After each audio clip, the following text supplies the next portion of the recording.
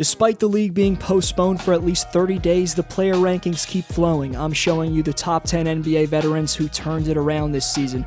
You'll see how each player's made a stunning comeback to elite status, and then find out the vet in 2019-20 that's bounced back in the biggest fashion. Welcome to D-Flow Hoops. If this is your first time here and you're a passionate basketball fan craving for rankings, breakdowns, and all types of entertaining NBA content, start now by subscribing and clicking the bell so you don't miss anything.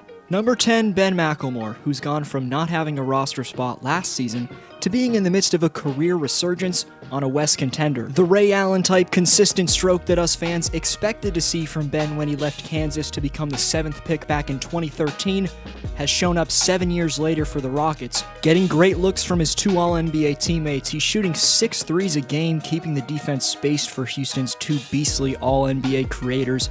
McLemore's leading the Rockets in three-point percentage.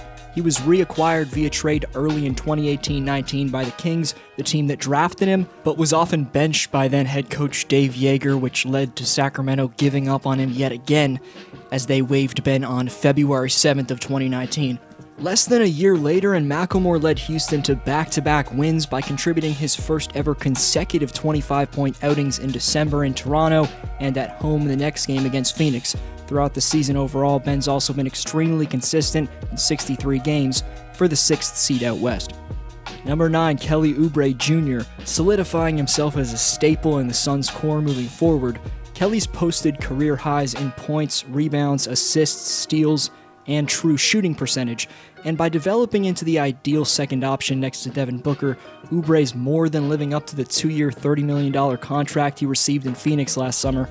He's caught bodies with posters time after time, including 2 nasty ones on Rudy Gobert, and in the clutch, he's shooting 48% from three-point range, and while he's not the most talented defender, his efforts there as he's 17th league-wide in total deflections. Considering his fairly underwhelming output back in Washington, Kelly's made his case for the Most Improved Player award. Number 8, Jordan Clarkson.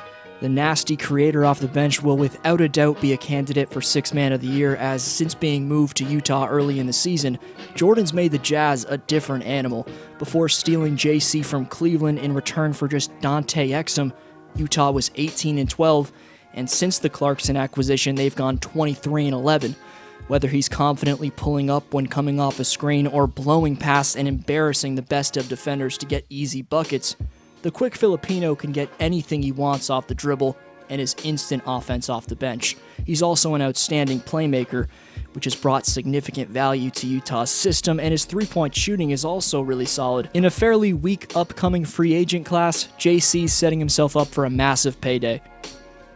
Number 7, Evan Fournier. Sniping on a playoff seed in North Florida, the Magic shooting guard has never looked this sharp. On the season, he's led the Magic in scoring a team-best 21 times and has registered 25 games with at least 20 points. Even though he's been out with a UCL strain in his right elbow since March 7th, he played in every game up until that point and was underratedly extremely solid. Defenses have been typically hounding him on the perimeter, yet Evan's slithery way of getting to the rim with a handle that's gotten better and better every season. He's a versatile scorer offensively and can always find his way to the rim.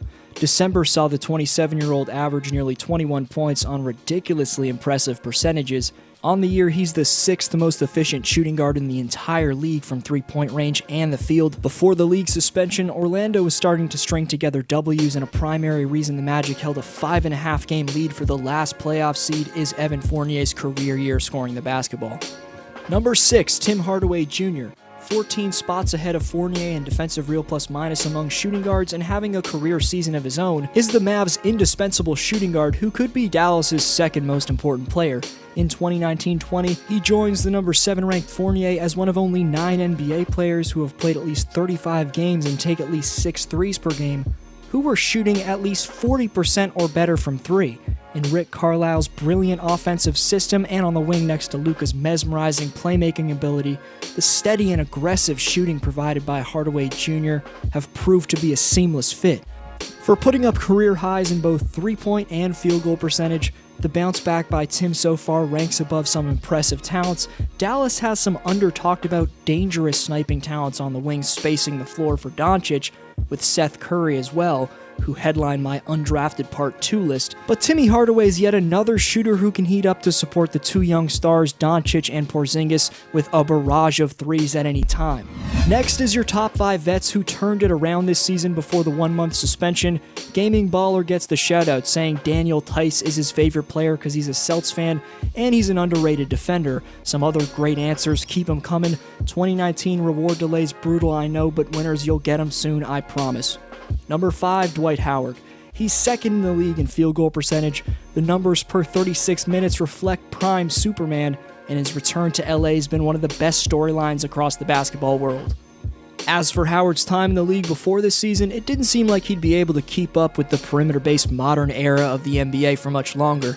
After missing most of the 2018-19 NBA season with a persistent glute injury, Dwight was traded from the Wizards to the Memphis Grizzlies before getting waived. Howard was dead in the water, with most teams regarding him as a lost cause, but the Lakers saw treasure where others saw trash. Slow-footed Dwight morphed into skinny Dwight, and because of that, what he was doing on the glass and in the post before the league suspension, the basketball world was witnessing the resurgence of Dwight Howard. He deserves a fair amount of credit for the Lakers' success so far, when a player with such a ruthless combination of rim protection, catching and finishing, plus at times post-up ability, lets go of his ego, not caring about his playing time at all.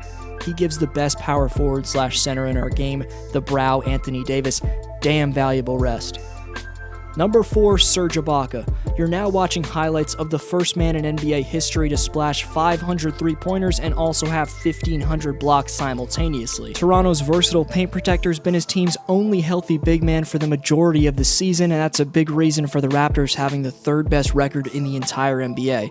While most would look to his career high in scoring or career 2nd best in rebounding per game to signify his impressiveness, but what's most staggering is Ibaka's vamped three-point percentage. He made an inconsistent 29% of his threes last year, and he's improved that to a career-high 39.8% this season.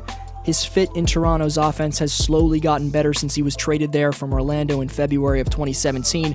He and Lowry's chemistry in the pick and roll has developed to become deadly for defenses. Question is, will Mafuzi Chef be a Raptor next year? Serge is an unrestricted free agent in 2020, and the 31-year-old's likely going to try and secure the biggest bag possible, and frankly, with him looking similarly dominant to his days in Oklahoma City, he deserves to get paid. Number 3, Norman Powell. Slashing fiend, now long-range assassin Norm Powell, amidst the deep Toronto squad, has surprisingly been the one who's broken out for the defending champs. In his 5th season, he's upgraded his offensive weapons to finally gain star status. Powell's been an aggressively swift perimeter stopper for the majority of his career. This year is where he's become an elite defender. He's just ahead of the man who had his 28-minute-per-game two-guard role for the Raptors last season, Danny Green, for the 7th most valuable defender at his position in 2019-20. Frustratingly, 4 times, twice to his shoulder and once to his finger and ankle, Powell's missed time with injuries, so no games for at least a month could have been a blessing in disguise for the Raps' elusive two-way slasher. Number 2, Chris Paul. CP3's had his most efficient season since 2009-10, boosting his field goal percentage a full 7% from his last season in Houston. In the 2019 playoffs, on nearly 6 attempts from three-point range per game, Chris made an underwhelming 27% of those shots, the lowest postseason three-point percentage since his rookie year. With his value taking a hit on the NBA market because of that, Rockets GM Daryl Morey, in addition to trading Westbrook, also gave the savvy Thunder GM Sam Presti potentially 4 first-round picks in the future, 2 of those being guaranteed within the next 5 years. What a brilliant swindle, especially given the fierce and consistent Chris Paul we all knew and loved before the beard stole the ball from him has returned to his all-star self. The Thunder are shockingly tied with Houston in the standings right now. Paul, as well as his backup Dennis Schroeder, are turning their play around, making OKC a scary first-round playoff opponent for top seeds out west. Number 1's next, you're not going to want to miss it. Main honorable mentions to Carmelo Anthony, who, if we're talking storylines, would be at the top. But quick honorable mentions to unqualified 4th-year players Davis Bertans, Christian Wood, Brandon Ingram, and other vets who've bounced back. Jonas Valanciunas with a career high in rebounds and field goal percentage. Derrick Rose solidifying his return with his explosiveness and efficient prime self, shooting the highest field goal percentage of his career since 2010. Lastly, in quick mentions to Alec Burks, Ricky Rubio, Avery Bradley, TJ Warren, and Hassan Whiteside. Number 1, Chris Middleton. Known as a long-range specialist, Cash with a KH is now creating shots off the bounce at a level of eliteness incomparable to his past seasons.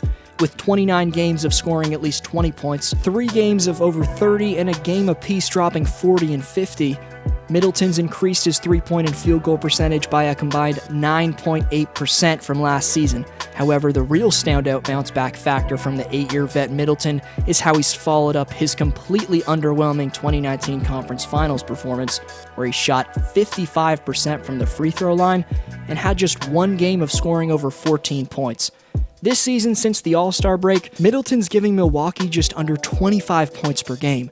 The bottom line, though, and the real reason why Middleton gets the first place spot, is that the 53 win with 17 games to go Bucks wouldn't be anywhere close to where they are without Giannis's finely trusted right-hand man. Hopefully he can stay consistent these playoffs, that is if the season isn't canceled. But even during the suspension, more stories and lists are on their way. Leave a thumbs up if you enjoyed and want more.